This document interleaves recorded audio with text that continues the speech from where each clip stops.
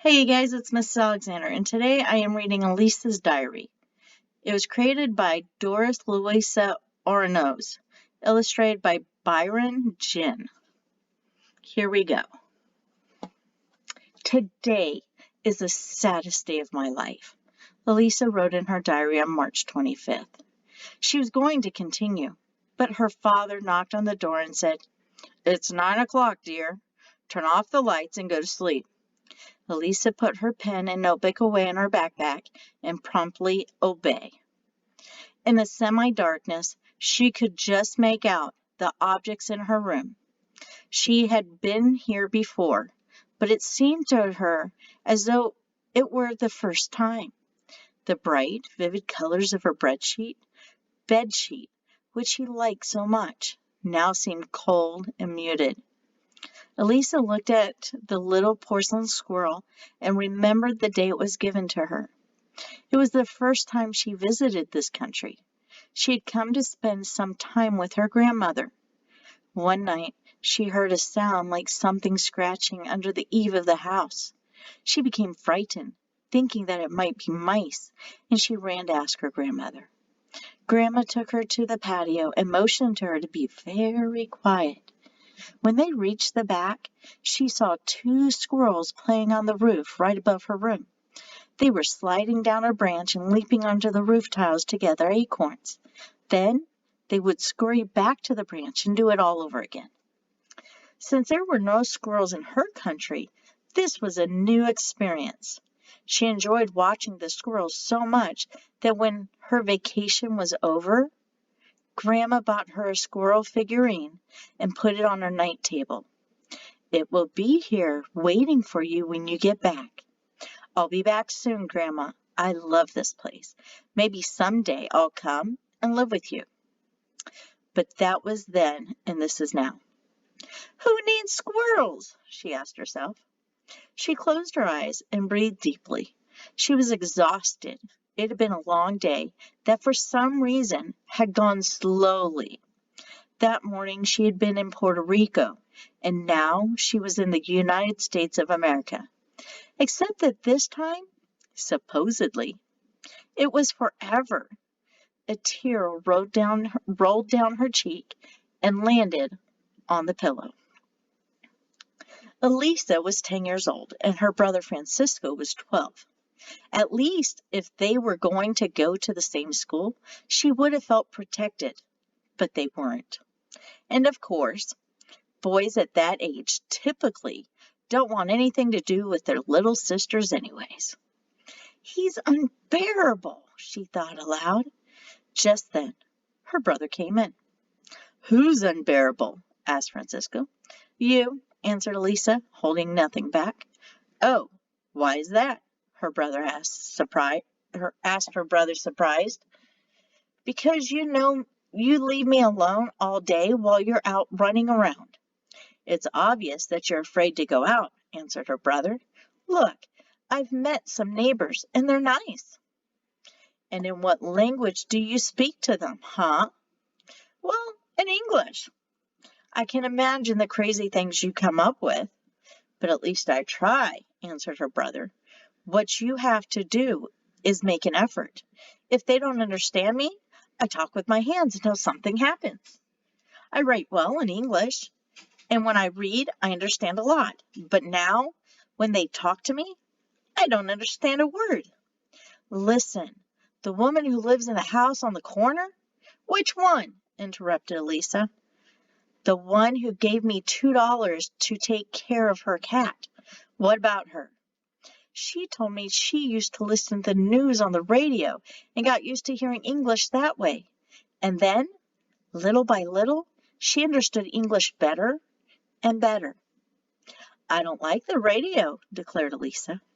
"Turn on the TV then, but not those lovey-dovey soaps in Spanish and all that silly stuff you like." "What do you want me to watch then?" "Things from here, like baseball, football." "Football is brutal. I despise sports." "Oh, well, if you'd rather be ignorant, okay, forget it." Elisa regretted ever having wanting to be in the same school as her know-it-all brother. She'd have to solve her problem on her own. But how? The summer came to an end and the school year commenced. That's when she met Jose. That day she wrote in her diary, I met a student from Guatemala. He's very quiet and he spends all his time with his head down, drawing in a notebook. He has sad, dark eyes. I thought he was going to talk to me once, but he didn't. He just smiled and kept on drawing. She read what she had written and added, I think I'm going to like this school after all. The fact is that she didn't like the school one bit. The second day of classes, the English teacher called her name, which sounded more like Elisa than Elisa. She got up from her desk expecting a disaster, and that's exactly what happened.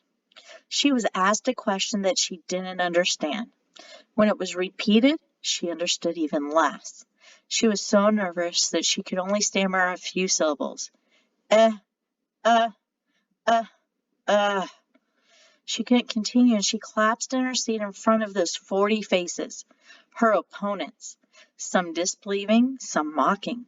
How embarrassing.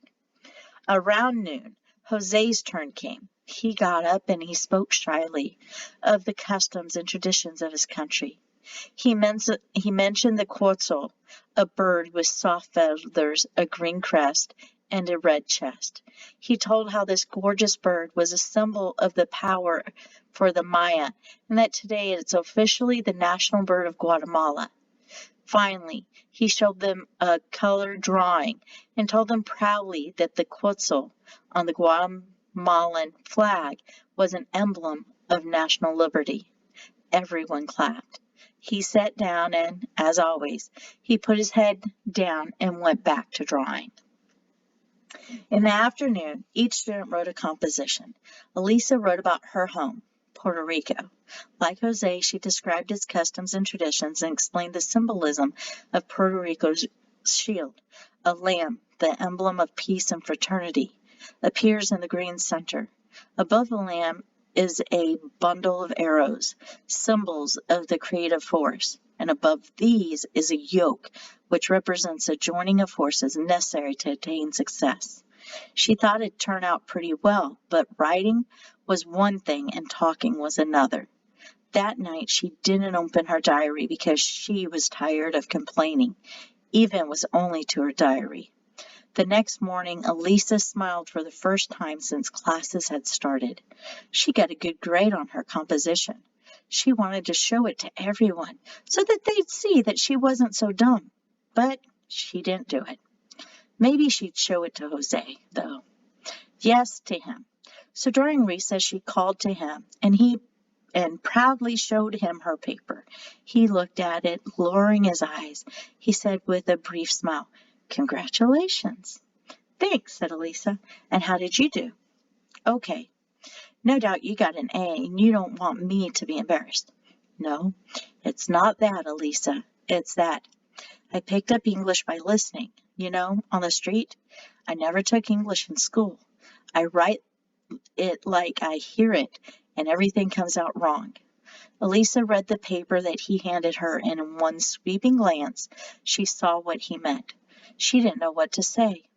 But you speak it very well, Elisa tried to console him. Speaking is one thing and writing is another. And vice versa, said Elisa. And the opposite. And the other way around. They laughed so hard that the rest of the kids came over to see what was so humorous. But they didn't tell anyone their secret. That afternoon, they made a deal.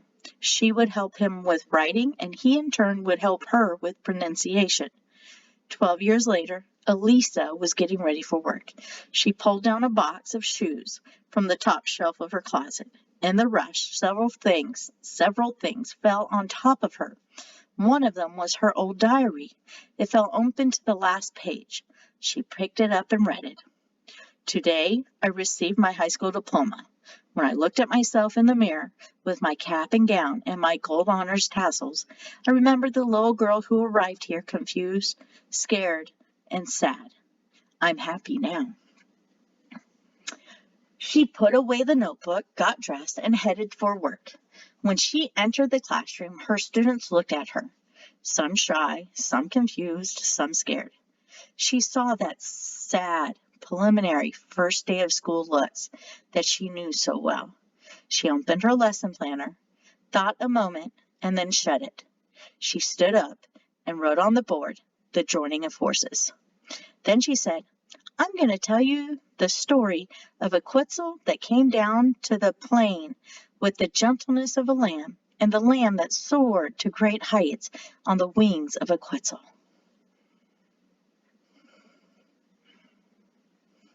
So have a good day. Remember to smile, giggle, and wiggle. Bye.